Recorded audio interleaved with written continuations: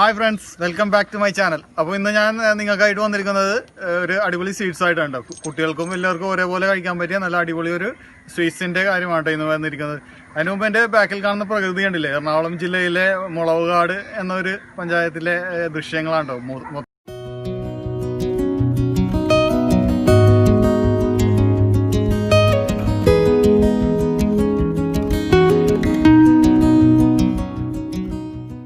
ഇൻഗ്രീഡിയൻസിലേക്ക് പോകട്ടോ. ഇനിയിപ്പോൾ വേണ്ട ഒരു കപ്പ് വെള്ളം വേണം കേട്ടോ. ഇതിന് പിന്നെ കടലമാവ് 1 കപ്പ്, പഞ്ചസാര 2 കപ്പ് വേണം, ഒരു പിഞ്ച് ബേക്കിംഗ് സോഡ, പിന്നെ 2 കപ്പ് നെയ്യാണ് വേണ്ടത്. ഇപ്പൊ നെയ്യ് 2 കപ്പ് എടുക്കാനില്ലാത്തവർ 1 കപ്പ് നെയ്യും 1 കപ്പ് ഓയിലുമായിട്ട് അഡ്ജസ്റ്റ് ചെയ്യാവുന്നുണ്ട്, കുഴപ്പമൊന്നും ഉണ്ടാവില്ല. ഇതിപ്പോ നമ്മ ഒരു കപ്പ് നെയ്യില് ആ കടലമാവ് ഉണ്ടല്ലോ, ആ കടലമാവ് നമ്മൾ ഇട്ടിട്ട് ഒന്ന് ചൂടാക്കി എടുക്കണം കേട്ടോ. ആ കടലമാവിന്റെ പച്ചപ്പ് മാറുന്നവരെ നമ്മൾ ഇതൊന്ന് ഇളക്കി കൊടുത്തോണ്ടേ ഇരിക്കണം കേട്ടോ. പച്ചമണം മാറൂലേ, അതുവരെ നമ്മൾ ഇത് ഇളക്കി കൊടുത്തോണ്ടേ ഇരിക്കണത്. ആ പച്ചമണം മാറുന്നവരെയാണ് ഇതിന്റെ വേവ് എന്ന് പറയുന്നത് കേട്ടോ.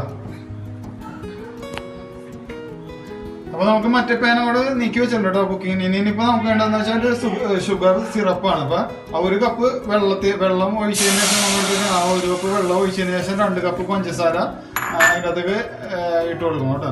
ഇനിയിപ്പോ ഇതിന്റെ പരിവെന്ന് പറഞ്ഞാൽ വൺ സ്റ്റെപ്പ് കൺസിസ്റ്റൻസി. ആ പരിവം എന്ന് വെച്ചാൽ നമ്മൾ കയ്യിലിങ്ങനെ തൊട്ട് കഴിയുമ്പോൾ ഇങ്ങനെ നൂൽ പരുവത്തിൽ ഇങ്ങനെ പശ പോലെ പൊങ്ങി വരുന്നതാണ്. ആ ഒരു പരിവം വരെ നമ്മൾ ഇത് കുക്ക് ചെയ്തെടുക്കണം കേട്ടോ. ഷുഗർ സിറപ്പ് ആയിട്ടുണ്ട് കേട്ടോ. ഇതിപ്പോ ഞാൻ പറഞ്ഞ പോലെ നമ്മൾ തൊട്ട് നോക്കാൻ നേരത്തെ നൂൽപരിവ് ഉണ്ടല്ലോ, ആ പരുവത്തില് ആയിട്ടുണ്ട് നല്ലപോലെ. ഇനി ഇത് വേണ്ടതെന്ന് വെച്ചാൽ നമ്മൾ നേരത്തെ കുക്ക് ചെയ്ത് വെച്ച് വെച്ചാൽ മറ്റേ കടലപ്പൊടി ഉണ്ടല്ലോ, കടലപ്പൊടിയില് അത് ആയിട്ടുണ്ട്. അത് നമ്മൾ ഇതിലേക്ക് ഒഴിച്ചു കൊടുക്കണേ.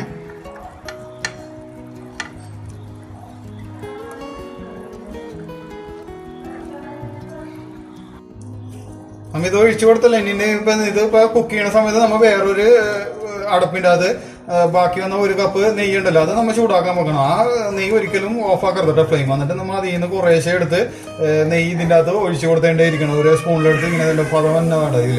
ഈ പദം എന്നതുപോലെ നമ്മൾ ഇത് ഇങ്ങനെ കുക്ക് ചെയ്തുകൊണ്ടേ ഇരിക്കണം. ഇനി എന്താ ഇതിന്റെ പാകം എന്ന് പറഞ്ഞാൽ നമ്മൾ ഇതിനെ ഇട്ടിട്ട് കൊടുത്ത് നെയ്യ് ഇട്ട് കൊടുത്ത് ഇത് കുക്കാകുമ്പോൾ ഇതിന്റെ സൈഡിൽ കൂടി നെയ്യ് പൊങ്ങി വരും. അതാണ് ഇതിന്റെ പാകം. അതുവരെ നമ്മൾ ഇത് ഇട്ട് ഇങ്ങനെ ചെയ്തുകൊണ്ടേ ഇരിക്കണം കേട്ടോ. നമ്മൾ ഇതിപ്പോ ഇളക്കി കൊടുത്തോണ്ടിരിക്കണം. നോക്കി ഈ കുറുകി ഈ സ്റ്റേജ് ആകുന്നിടത്തുണ്ടല്ലോ, ഇത് ഇപ്പൊ പകുതിയോളം കുക്കായിട്ടുണ്ട്. ഈ സ്റ്റേജ് ആകുന്നത് നമുക്ക് 1 പിഞ്ച് ആ ബേക്കിംഗ് സോഡ ഉണ്ടല്ലോ, അത് ഇതിന്റെ ഉള്ളിലേക്ക് ഒന്ന് ഇട്ട് കൊടുത്തേക്കാം.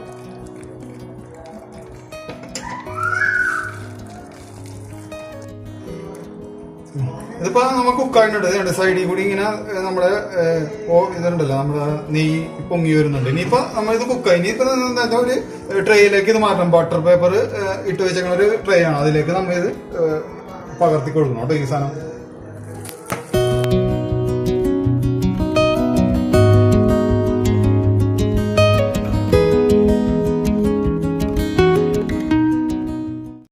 അപ്പൊ നമ്മുടെ മൈസൂർ പാക്ക് റെഡി ആയിട്ടുണ്ട്. ഇത് നമ്മൾ ഒരു നേരത്തെ എടുത്ത അതുണ്ടല്ലോ, അതൊരു 1/2 മണിക്കൂർ ആ മോൾഡിന്റെ അകത്ത് വെച്ച് കഴിയുമ്പോൾ ഇത് പാകത്തിനായി വരും. പിന്നെ നമുക്ക് അത് ഏത് ഷേപ്പിൽ വേണമെങ്കിലും ആക്കിയെടുക്കാം. ഇതിപ്പോ ലവ് ഷേപ്പിൽ ഒരു മോൾഡ് നമ്മുടെ കയ്യിലുണ്ടായിരുന്നത്, അതിൽ ഇറക്കിയിട്ട് നമ്മൾ ഇത് ഷേപ്പിലാക്കി. നല്ലൊരു ടേസ്റ്റുള്ള വിഭവം തന്നെ ഉണ്ട്. ഇത് കഴിക്കുമ്പോൾ തന്നെ നമുക്ക് അതിന്റെ രുചി മനസ്സിലാവും. ഇത് നമ്മൾ നാവിലേക്ക് വെക്കുമ്പോൾ തന്നെ ഒരു അലിഞ്ഞു പോകുന്ന ടൈപ്പ് ഇതുണ്ടല്ലേ, അലിഞ്ഞു പോകുന്ന ടൈപ്പ് മൈസൂർ പാക്കാണിത്.